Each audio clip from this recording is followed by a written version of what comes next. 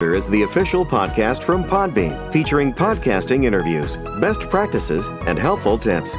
We're here to give you the tools, resources, product updates, and news to help you get started podcasting and keep your podcast growing.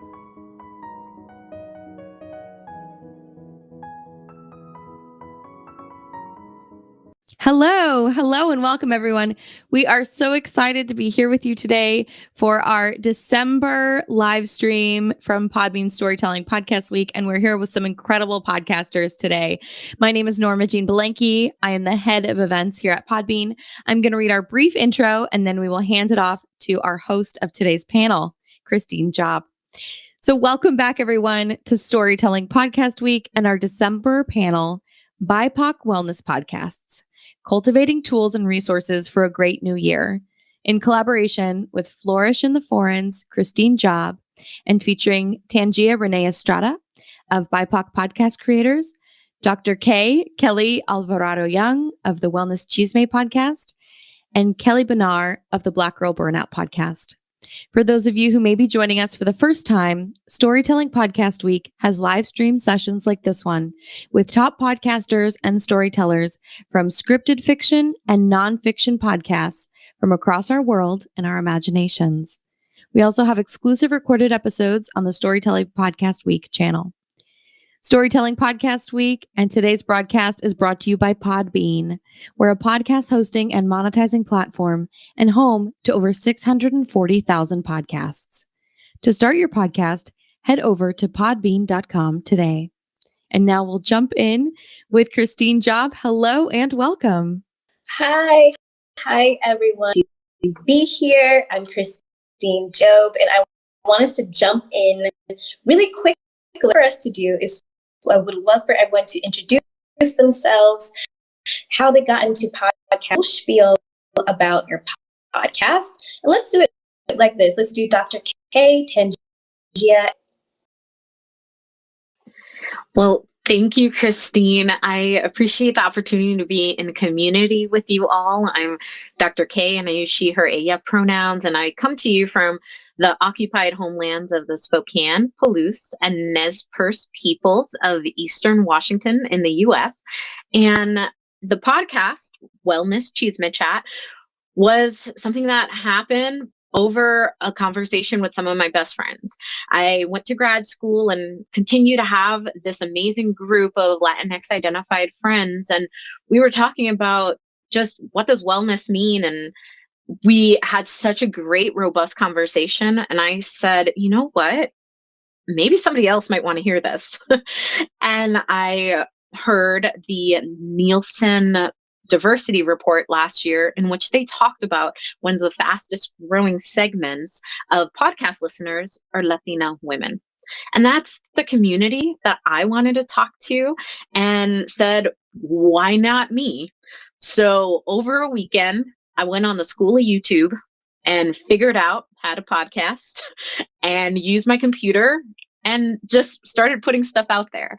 So the Wellness Chisme Chat is currently in its second season, and we have amazing conversations, which of course, Christine, you are one of our fabulous guests, where we invite BIPOC guests to share what does wellness mean to them from their perspective using one word, and then just deconstruct what is wellness for nuestra comunidades. So really appreciate this opportunity to be here with you all. I think I'm next. Hello, everyone. I'm Tangia Estrada. I am a podcaster, but I'm also co-founder of BIPOC Podcast Creators. BIPOC Podcast Creators is a network, a consulting company that supports a community of creators in podcasting and beyond. So we come with resources, training, networking, mentorship opportunities. We're really looking at how we can impact podcasting as a media to make sure that we are seeing more folks of color rising up into higher level positions within the industry and just seeing their careers flourish across industry and all media wherever they are in the space. BIPOC Podcast Creators came around, as Dr. K was saying, out of a couple of conversations. There was a group of podcasters, all women of color, And we were for about a year having conversations about like, there needs to be more opportunities for folks of color in this space. How do we make sure we're amplifying creators of color who are creating content? Because one thing that we saw across the industry is that growth happened exponentially in this medium. And there wasn't any talk, not much talk happening about why that was actually occurring and actually looking at the numbers, because we didn't have reports. We didn't have research yet that was really looking at what is the impact creators of color are having on the space. And what we knew anecdotally, but we didn't have the research just yet, was that the reason why it was growing so quickly was because women of color in particular were creating content and podcasting. And with them, they were bringing entire new audiences. And that was making the space as a whole flourish for everybody. But we just now are starting, the last year, 2 years, we've started to get the research that actually backs up what we had been saying for a long time. And that's all the long way of saying is that that's how BIPOC podcast creator came into the space. I'm also a mom with a toddler, so you could probably hear my son babbling in the background. So I will be on mute most of the time, but he's here just doing his thing. Thank you. And I'm Kelley Bonner. As was said, I am the host of the Black Girl Burnout Podcast. My pronouns are she and her. And so, we've got a little guest. Adorable. So for me, and what brought me to the space of podcasting is I'm a licensed therapist and have been working in the space of burnout for quite some time, and decided I just kind of discovered upon podcasting. And I noticed that all the people I know are listening to podcasts. I'm not. I'm like the last person to catch on to that trend. And I said, this might be a great way to get messaging out, right? So I started podcasting about 3 years ago. As for specifically the Black Girl Burnout Podcast, what I also learned, which is very much in common with Dr. K, is that I was having conversations with my friends, all of us from different backgrounds, different professions, but a host of Black women. And we were all kind of circling around the same theme, which is the theme of the Black Girl Burnout Podcast, which is helping women, particularly Black women, and women with intersectional identities that identify as Black, understand that we can opt out of a lot of societal and cultural myths that pervade us every day and make us believe that our legacy is somehow one of struggle. And so the Black Girl Burnout Podcast is all about helping Black women opt out of that lie and opt into what is truly, I believe, our birthright, which is one of joy, beauty, and abundance, and community. And so the Black Girl Burnout Podcast is a way through daily practices of healing to achieve that, to build that community, and to hit that space. So that is why the podcast and content was developed and written that way. And I've been really excited about the community aspect that has come from that, because it is the fastest growing. I think Latino women, of course, and Latinx community and women of color in general are taking over the podcasting space. And I'm excited to be a part of that because the need is there. And as we get ready to roll out season 2 of Black Girl Burnout in January, this couldn't be a better time to be talking about this panel and to meet all of you all and see the important work everyone is doing. Amazing. And I'm Christine again. I cast Flourish in the Foreign, which is all about the celebration, elevation, and women's voices and stories who have chosen to live and thrive abroad as a pathway to wellness. Now, speaking about wellness and to wellness, I first want to kick off and talk about our personal self-care practice, personally, but also as podcasters, because I think I might be, assuming, so correct me if I'm wrong, but I think as women of color, creators, our self-care is a little bit more in this kind of space. I think to Tangia's point, when you're in a experiencing exponential growth, there's so much opportunity, monetization, collaboration, the same kind of barriers or stereotypes and things like that across other industries. And I'm wondering, how does everyone care again, as personally, but also as podcasters. And I want to, so we'll hit up Kelley, Tangia, and then Dr. K. So great question about how I'm taking care of myself and engage in self-care, both in personally for me, Kelley, and then as a podcaster. So for myself, it kind of intersects with how I do it as a podcaster too, is that I really have learned the importance and speak about the importance of small but consistent practices. So I have small but consistent practices that are the bedrock of my self-care. So for me, it's like a morning routine, and it's as simple as like, I do like a 10-minute app, right? I just run through a process of things or certain apps I really love. And so I do that to ground myself for the day, like just to start from a place of, and then it's just smaller little moments. And so it's like, did I drink water? Am I stopping to eat? Am I doing some kind of joyful movement? Like I really moved away from telling people to exercise and just to joyfully move. Am I doing that with regularity? Those kinds of markers. And then also having a good, what leads me into podcasting is a lot of mindset work. So a lot of mindset work about really, I think women of color, particularly, and people of color have huge amounts of imposter syndrome and have huge amounts of discounting success and pushing themselves toward the hustle mentality to prove themselves. And so for me, when it comes to both self-care personally and podcasting, a lot of that is like, when am I finding myself in traps of hustle culture where I'm pushing myself to do, where I'm just in the space of glorifying busyness, right? And so I try to be thoughtful and deliberative about batching content, thinking and planning ahead, having strategic planning sessions in my brain, but also knowing when to step away and say, good is good, and celebrate the goodness. And I think that's a huge part of my self-care to help me cope with like imposter syndrome and that trending toward becoming a workaholic, because I'm definitely that in recovery, but definitely want that person. So. Yeah, I love that. I'd say it's pretty similar for me. So, excuse me, looking back before, like there's a difference now in who I am as a parent versus not having a child before. And it definitely has been where I have to rebuild my approach to personal wellness and self-care. Prior to having this little guy, I was a master at it. Like, not a problem. I got this. Like, my whole day was scheduled around how I was taking care of myself. Water intake, excellent. Exercise, 100%. Like, it was all, I was hitting on, all of the boxes. And then I had a child, right? And then it blew up my entire world. And I realized I'm not so great at this anymore. And I have to relearn how to do this in a way that works, not just for me, but for needing to prioritize a tiny human that is helpless without me, right? So, and that was a recent realization. Like, all this time I've been struggling. He's a year and a half. I was like, I don't know why I can't figure this out. I was excellent at this. And finally, I just had to admit to myself, it's going to be different now. It's not going to look the same. I just have to figure out a different way to make this work for me. I'm not the same person today that I was a year and a half ago before I had a kid.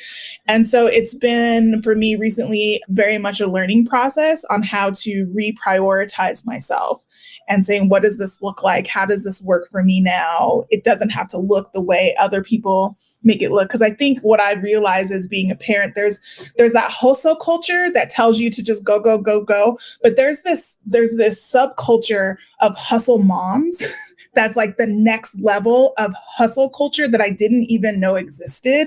And it's insane because it goes from not only being like a 6-figure business owner is what you're supposed to be, but your house better be clean, and like they never miss a workout, and they're doing all this meal prep, and their kids eat so healthy. And like, I'm like, I ain't that. What I am is a functional hot mess. And so I need to figure out how that works for me. Right. So I think it's been a process of just learning in this new stage of my life what it means to take care of myself, what my priorities are, and how I come to my work, being able to be a full person and realizing that, yeah, I'm a functional hot mess. Yep, I have ADHD, and it actually got worse after I had a child. And I have to learn new coping skills and new ways to approach my whole entire life. And so am I where I want to be in terms of my own self-care and wellness? No, I'm not. But I'm working towards it, and that's a win. Oh my gosh, I'm feeling all y'all are saying right now, because it is so true. As Kelley said, I agree on being a recovering workaholic. I also call myself a recovering perfectionist. And I also am a mom, and I'm a mom of a 3-year-old. So I definitely feel where you are, Tangia, around like trying to redefine what does wellness look like, especially when you have this little sweet baby that's like, you are my world.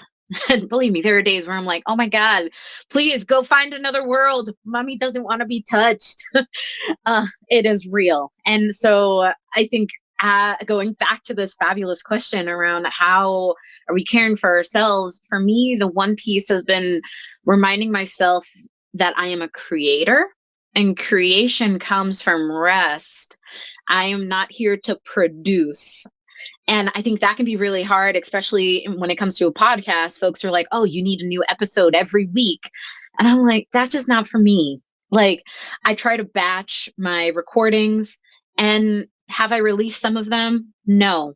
Because guess what? Life happens. And I want to be able to know that when I'm sitting here, spending the time creating the experience for my listeners, that is coming from a place of rest and not a place of burnout, to Kelley's point. That it really is coming from a place of knowing that I'm showing up to the best of my ability to hear these stories, because they are powerful testimonios about our resilience in a world that tells us we do not belong. And it is so important to me to find that rest. And, you know, that's where the imposter syndrome starts happening. Oh, if I'm not producing every week, are people going to come back and listen? And are they going to check it out? Or how can I do this? And I've been learning new tools and being able to recycle my work. If I don't have something coming out this month, and I said I'm going to have something every 2 weeks, I'll go back and recycle one from season 1 and highlight that one. So that has been a way that I've been able to start to focus on what me, Dr. K, Kelley, I'm also Kelley, also needs in life right now, because I'm going through my own health challenges where I'm currently under observation and help and under my doctor's care for potential cervical cancer at 36. And I like, am I going to be in a creating mood? Hell no. I got to process me. And now that I've been able to come to this place of knowing that, okay, I'm good. I'm going to be in a place where I can navigate and go through these dark times, but come out on the other side. I have rested my soul so that then I can go back out and create with others. And I think that's the piece, particularly, you know, as Tangia said, with the podcasting, the mom hustle culture. If you're a mom and a podcaster and all the things, and I'm like, I'm going to do it at my rate, at the K rate. And that's okay. I love all of your responses. I mean, I relate to it. For me, I think the biggest way for me to exercise self-care personally and professionally is I've had to just stop. I think that it has been, I think when I first started podcasting, you look at what ideas and things like that, but then it quickly like turns into something very ugly. Something that's like, I'm not good enough. How is this person producing all these things all the time or whatever? And I think by, you know, I always, yoga instructors say, you know, stay on your mat, meaning don't be looking over handstand, flip, whatever, into a cobra. Like, that's them. Those, and call it a day. Like, that's what I've had to learn is like, I'm going to touch my toes, okay, and I'm going to breathe, and I'm going to be really centered on my lane, but really my purpose for producing this podcast, ego driven, even though the comparison is very ego driven. It was very much about being of serving myself in that service has been, it's been such a good read, to be honest. The comparison happens every week. Every week I'm like, wait, should I learn a new TikTok dance? Should I, become one? The answer is no. The answer is no. I have to stay focused on my purpose. The purpose of Flourish the Foreign really was to showcase stories brought up into the mainstream. In 2020, there became a lot of Black women and Black people leaving the United States, living abroad, as if it was new. It's not new. And a lot of that coverage centered on the white gaze, where Black people leaving because of white people. And that's also not true. And so have a platform that showcases the voices and stories of place, right? To tell their own stories, because that affirmation is wellness, that represents wellness, but also to discover what is it like to be taken out of your familiar home country, and can that actually be a benefit to your wellness? And to that end, I would love for us to now kind of delving deeper into wellness, because to be honest, I have a gripe with mainstream wellness. I find it to be very, very condescending and patronizing. It's easy I think it's easy for people to see the mainstream wellness turmeric latte. That's ridiculous. But it's only ridiculous because it's been taken out of its cultural content. It's being profiteered by someone who has no total medicinal uses of turmeric, and it's outside its cultural context. We have a discussion about how do we see this not only personally but also professionally, and what are the things that we want to see, where we are creating currently to make it be a more reflection not only of our experiences, but of the thing that maybe our audiences actually need for wellness. Because as I said before we started, I just don't think for Black women or women of color, like wellness has to be like, oh, some glitter. I like glitter, and I love taking a bath. Love my green drink, my little chlorophyll drink. Like I love it, but it really has to be substantive. At least that's what I believe. And so I would love to have that discussion with you all. Feel free to take it wherever you want to take it, because I think everyone here is amazing, and I love to. And let's go, Dr. K, Tangia, and then Kelley. I am totally with you that wellness has been packaged for the white, able-bodied woman identified person. And one of the reasons that I love podcasting and this opportunity is to bring what we're doing into context. The reason it's called the Chisme Chat is that in the Latinx culture, chisme is being able to go out and tell your friends about what you're hearing on the street. It's leaning into our way of knowing through community and through story. So I have loved being able to say, okay, how do we bring this back into our context where we're saying, what's up? Like, ¿qué pasa? What's going on?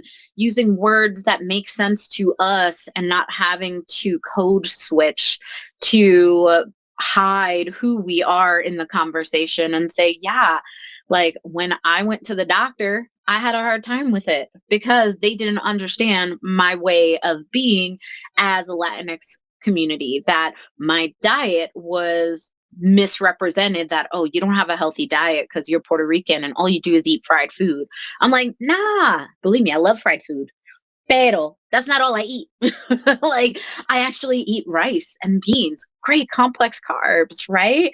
And how do we highlight to nuestra gente de que the way of our knowing is valid and is the way that we are taking care of ourselves? And I definitely see the podcasting space and the Chisme chat as an opportunity to like post up with your cafecito. Like I got my cafecito today, and like share the news about what is real out there with other people who are like, yo, for real, it is real.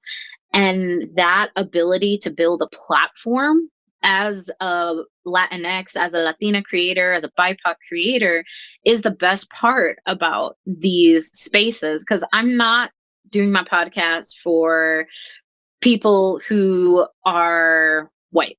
Like, they're not my audience. And I'm very explicit about that. They're welcome to listen, and to listen with an open heart and all the things.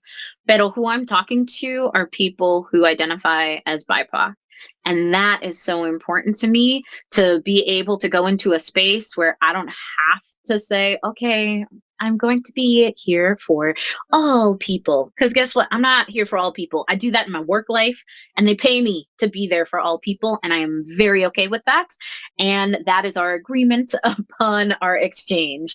Pero my podcast is for me and that space that I get to be like, yo, what's up? This is all of Dr. K, and let's go. Yeah, love that. Thank you for sharing that. So I have the same gripes with the wellness space. You know, right around the time that my co-founder and I, Maribel, and I decided to start BIPOC Podcast Creators, I had also decided to leave the wellness space. I had run for about 5 years a coaching business in wellness. And I had become so disillusioned and disenchanted with the overwhelm narrative around wellness that I just couldn't do it anymore. Like, don't get me started on how cultural foods, as you were saying, are considered to be unhealthy when it's the furthest thing from the truth. It's typically the Americanized version of our cultural foods that are unhealthy. Like, I'm sorry, folks, but Taco Bell isn't Mexican food. And no, it's not good for you. But real Mexican food is good. And you know, as someone, I'm biracial, I'm Black and Latina. And so there was nothing in my cultural heritage that the wellness industry felt welcoming to. And even at my most fit, like before I had my son, when I tell you I was fit, I wasn't just fit, I was super fit. I was still bigger than the other women in my space who were doing what I was doing in business. And they considered me to be overweight. But I wasn't like, I was just healthy. But my body looked normal in my community. It didn't look normal to that. So there was all of this stuff that I just couldn't deal with anymore. I was like, I'm out of here. Like, this is not the place for me. And when I think about podcasting in that context, the reason that BIPOC Podcast Creators exist and has grown so quickly, like we are just over a year old, I don't even think we're quite a year and a half old yet. And, you know, we have over 700 members and like really great partnerships. We have created a company that is creating space for people that didn't necessarily exist in the way that we're doing it before. And that's because we were experiencing the same kind of misrepresentation in podcasting. And there's a power to this medium that is about taking back your narrative and about telling the stories that are true and honest and authentic and that are debunking the myths. And most of all, allowing us to be seen and heard and dealt with in a way that is on our terms. And that's why podcasting is so powerful and so important, and why now, while podcasting is still very young, is the time that we need to pool our collective resources and pool our voices and make sure that we are being seen and heard and are visible and are taken seriously. And that's what I think we're all here to do. We're all doing it in our own unique ways, but that's the importance of this space. That's the importance of being involved and doing work and having these kinds of conversations. And this is another way that I believe that wellness intersects with podcasting, is that as a community, we are all better when we own our own voices, when we own our own stories, and when we allow ourselves to be seen. Yeah, I agree with everything that Tangia and Dr. K has said as well. And I would simply just add to the space of wellness, and what is problematic about it is it's been infected with privilege, right?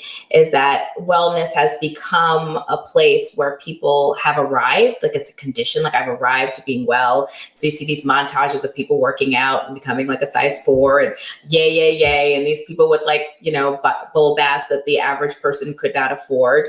And these products that represent privilege, like status, accomplishment, conforming to an idealized, even people of color are buying into this, right? Coming into this idealized, whitewashed version of what ideal health looks like, what ideal looks look like, what an ideal life looks like. And that's unfortunate. And so I reject wellness and really, really believe in healing, which is why, healing is this kind of verb. It's a process. You don't arrive to wellness. You don't arrive to healing. We're all in the midst of it and constantly doing that, right? And when you may have healed a wound, you do preventative work to make sure you don't hurt the wound again, right? So it is a space of healing. And that's what Black Girl Burnout Podcast is about. It's about focusing on daily healing practices. What is one thing you can do today to make your life better? And it's not a measurement contest where it's like, check in, did you fail at this? It's like, what's one thing I can do today? And if everyone's attitude was like, what's one thing I can do for my healing every day, we would be healthier as a culture, right? But it's about having those tools and teaching people. And to the other point of what Dr. K said about how she saw podcasting as an opportunity, it's an opportunity to reach out and connect and to bring people to a conversation that people are craving to hear and do not know where to find it, and then giving them that opportunity. And then to Tangia's point about, I'm huge about the concept of space. Like there's something, just as a therapist, I was a narrative therapist, and I really thought people using language and telling their own stories and having the space to do that is where it opens the door for healing. And so podcasting, even though it may feel like when I'm talking to the mic, a one-way conversation, or maybe just a +1 with a guest, I always say I'm talking to the void. It really does create space for the listeners to say, I see myself reflected here. And I see that wellness is attainable, right? Because it's not about wellness, it's about healing, and that I can heal any moment I choose to. Like that's just up to me to say, today I'm going to drink water. And that's part of my healing, and then praise myself for that. Today, I'm going to think differently and see possibilities. That's healing. And rewriting that narrative for our culture, for women who are historically not seen, who realistically are not going to be in places and spaces of privilege like white folks do, who are in the wellness community. How can we make that accessible and attainable? And I think every person on this panel is presenting a vision of attainable healing, which is how someone would get to wellness. I love it. I love it. I love everything about this panel. This is actually just what I want to talk about all the time, actually. But I agree with what said. I don't know if you guys seen the TikTok or reel of some woman being like, planted, and then it cuts someone being like, no one asked you. Like nobody wants to know. Like this is ridiculous. And then also, what you just said, Kelley, about you said you're a narrative therapist. I think that what I have discovered is that healing, not only in the audience hearing these stories on my podcast lives that are not put out to mainstream, because Black migration is always, it's not about love or adventure or whim or whatever. I just do, it's never about that. And so though the audience does have that represent, I found is that the guests, these Black women who I all think are amazing. Kelley's actually been on my podcast twice. But these recognize how incredible they are, how the things they have done and have experienced until they actually start talking about an interesting society in which women of color are just expected. Then we're going to assume that you are going to excel, and nobody really wants to hear about unless it's like some kind of tragedy. We'll hear about that, but we don't need you being a star and being whatever, like a capitalist star, basically, right?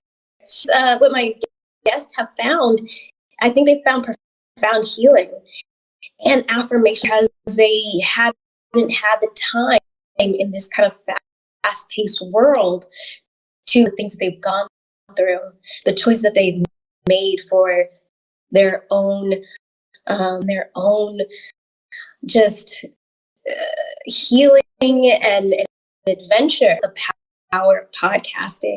So from the audience, but also from the guests. And it is a taking back of our narrative so much because, I think we understand that history is written by the victor. And in a lot of our histories, I've been the victor. And so our histories that we've learned about ourselves and our ancestors, guys. And this is an opportunity for us to say in this time period, this is what it was. And I think that is super powerful. And to push back because I've got, aren't you afraid you're going to run out of Black women to interview? And I'm just like, no, I'm not afraid at all. But I actually want to talk about the power of community and how the power of community and wellness impacting all of our sectors. And what I really want to speak about is perhaps our own personal vantage points looking into what do we see the impact, or maybe what do we see the most need from our community. For example, for my vantage foreign, I think my audience and people who are listening to the podcast are looking for permission to go another way. Even though I interview people from across the diaspora, all around the world, a lot of the people looking for permission to say, the American dream is not working out for me. And I want to go, I don't want to be on this hamster wheel. I want to live a different life. I want to create a life terms. I'm looking for that permission. So I'd love to explore that with all of you. Let's go, Tangia and then Dr. K. So I think that for me, the thing that is missing is very similar to what you said, Christine, which is you said permission, I would say options. And that's really where the concept that's so embedded in the Black Girl Burnout podcast is this notion of opting out and then opting in. Is that I noticed in myself first and then further to the community that we were just kind of living out someone else's story, that we were believing these cultural and societal lies, right? And as they were our own. And that when I talk about opting out of struggle, that's really where that comes from. It's this legacy of belief that to be Black is to struggle. Historically, from what you're told as an American, right, all the way to present, you watch a lineage, if you're a woman of, female identified, your mother, your grandmother, and it's the struggle stories, right? That's what we see centered in our culture. And that we opt into, become addicted to, or resign to the struggle because it's what's all around us. And part of it's because we don't even know there's an exit ramp. And I think that's what I fell in love with your podcast. It's as someone who's lived abroad, that there's options, literally geographical options, you can just go somewhere else, but also to the deeper point of your podcast, there's mental and spiritual and emotional options, and to the core of the Black Girl Burnout podcast, which is opting out. And you can opt into these other things that actually you are entitled and can go to the ATM of joy anytime you feel like it and withdraw as much as you want of that, right? And I don't think that we talk enough about joy. So it's permission to opt out of the struggle and opt into, a life of joy and authenticity. And so that's really what's at the heart of who I am. And the podcast is really creating now a movement of helping one Black woman at a time opt out of struggle, understand there's an exit ramp to this, and opt into that joy and community and beauty and all those things. Yeah, I love that. The ATM of joy. I'm going to remember that. I might have to use that somewhere. Is that copywritten? You might want to think about that. With BIPOC Podcast Creators, we created it to be a community. It really started as a Facebook group. And when we started the Facebook group, we just thought, let's create a Facebook group that's going to be a safe place for a multicultural community to come together and just be themselves and say what they want and ask questions and feel like they're free of some of the judgment that they might get in other spaces. Because as a podcaster, I've been in other spaces that are for podcasters and asked a simple question and had it turn into something that it didn't need to be. And I was like, this is not working for me. So we really just wanted to create community at first. We didn't know initially that it was going to become what it is now, this evolving place that is frankly allowing us to build some power as a community. We didn't know it was going to be that, right? It was just a community. And I think that underscores the importance of community, that when you create a space where people can come together and just be themselves, so much beauty grows out of that. And a well community that's what happens is people live up to their potential. They start to see their potential. They start to pursue things that maybe they didn't feel like they could do on their own. And that's what we aim to do within our community of creators, is help folks live up to their full potential, whatever that is to them. We have this sort of de facto default tagline: the future of podcasting is multicultural. And we believe that. Because what we experience just personally is when we come together in community, such beauty happens, such connection happens. And what can we do with that? How do we harness that power and turn that into something that positively impacts more people that are not yet in our community and the industry as a whole? And we wouldn't be able to do these things and roll out some of the things that we are aiming to roll out over the next year without community. It's just how we flourish. We flourish within that space.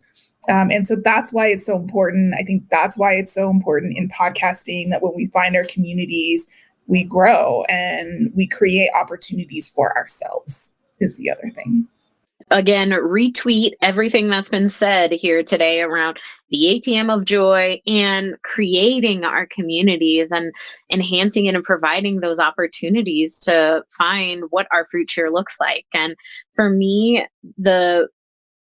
what's the problem that I'm trying to solve through my podcast is really focused on BIPOC folks identifying that it's okay to question our own culture.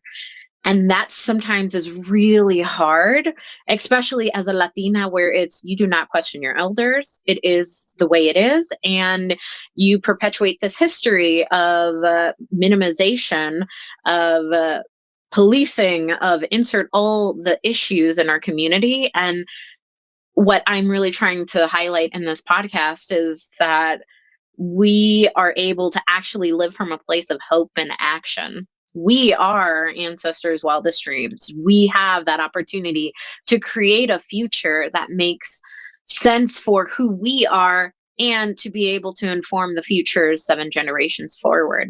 So I really see this as a way of introducing to nuestra comunidad de que these tools that, first of all, were created by brown people. Shocker. Let's bring it back to that. With me using yoga, meditation, honoring the work of our Indian ancestors, of using the work of Kemetic yoga, and all of that's coming out now and becoming more mainstream, right? These are things that we know. And I really appreciate having a podcast of going back and saying, we knew these things as people. And as Christine shared, history is written by the victors. And guess what? We are victors, and we are here to celebrate every day's win. So let's reclaim those through story. I love it. I would love to hear what each focusing on next year, whether it be a particular topic or other stories, or just what you have coming down the pipeline. I would love, and we'll go Dr. K, Tangia, and some great timing. I just sat down yesterday and looked at my calendar of what I'm going to be doing for the year.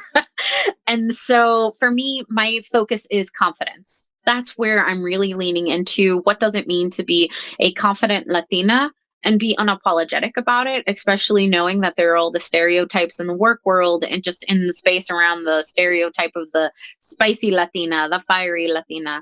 And how do we show up and be confident in who we are and truly have a grounding in who we are?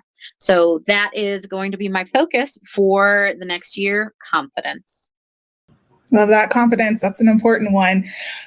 So next year, there's quite a lot happening. So on the personal front, with my own podcast, That's What She Did podcast, I will be doing a season called, I do a theme every season, and the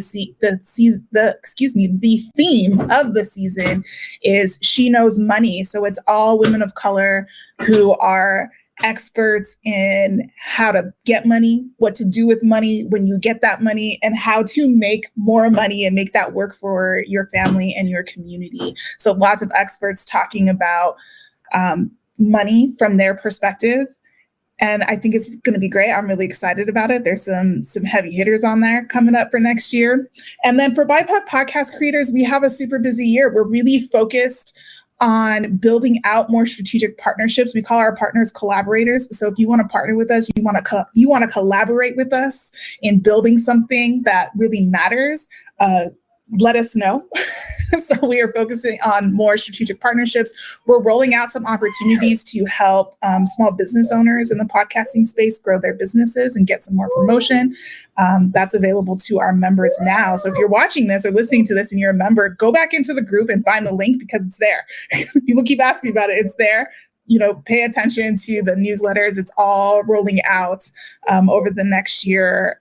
And we will be pretty active at conferences and stuff, just, making connections and listening and understanding how we can serve our community of creators in the space. And we're always open to suggestions. So let us know what you think. Oh, all this is amazing. I'm excited. So for the Black Girl Burnout Podcast, I return. We come back in January on the 23rd. We launch season 2. And this season is really going to be all about reinforcing the concept of opting out and really connecting it to the movement, right? Let's opt out of those lies and opt into. And again, no shock here. The second focus tied to that is let's opt into joy. So I want to focus a lot more on joy. I don't think anybody talks about that enough. I think we've kind of made it a myth that it's not a real thing. And it's like, no, you can get that anytime you want. And let's talk about how to do that. So that is going to be a lot of focus. There's going to just be a revamp of connecting to community and pulling people in. That's what at the heart moves me in this podcast, is like hearing from women who are like, I really love this. This really touched me. And I want to hear more. So there's going to be more interactivity with the community, more effort to build community, and more shine the light on fellow Black women who have opted out of the struggle and have found their joy and how they are doing it. So you can look forward to that in season 2. Wonderful. For me, I'm going to be focusing on longevity, personally, because I'd love to be here long, but also for the podcast wellness, but really going in deeper about how to live and really get that, just kind of really hammer home abroad and in our personal lives. Looking forward to that. You're here. Tell us, is it time for the outro? It is. Thank you all so much for joining us. This conversation has just been incredible. And we are so grateful that all of you joined us here today. I want to be mindful of everyone's time. And we're just so grateful really for this conversation and for this gathering of podcasters. So I'm going to read our brief outro and then we will conclude for today. So thank you everyone for joining us for this live stream, our December panel, BIPOC Wellness Podcasts, Cultivating Tools and Resources for a Great New Year, in collaboration with Flourish and the Foreign's Christine Job, and featuring Tangia Renee Estrada of BIPOC Podcast Creators, Dr. Kelley Alvarado-Young of the Wellness Chisme Podcast, and Kelley Bonner of the Black Girl Burnout Podcast. For those of you who may be joining us for the first time, Storytelling Podcast Week has live stream sessions like this one with top podcasters and storytellers from scripted fiction and nonfiction podcasts from across our world and our imaginations. We also have exclusive recorded episodes on the Storytelling Podcast Week podcast. If you joined late or want to have another listen to these amazing podcasters and storytellers, you can replay this live stream on Podbean's YouTube channel and our in-house podcast, Podcasting Smarter. Storytelling Podcast Week is brought to you by Podbean. We're a podcast hosting and monetizing platform and home to over 640,000 podcasts. To start your podcast, head over to podbean.com today. Thank you for joining us and stay tuned for the next live panel from Podbean here in January. Thank you all so much for joining us. It's been a real pleasure.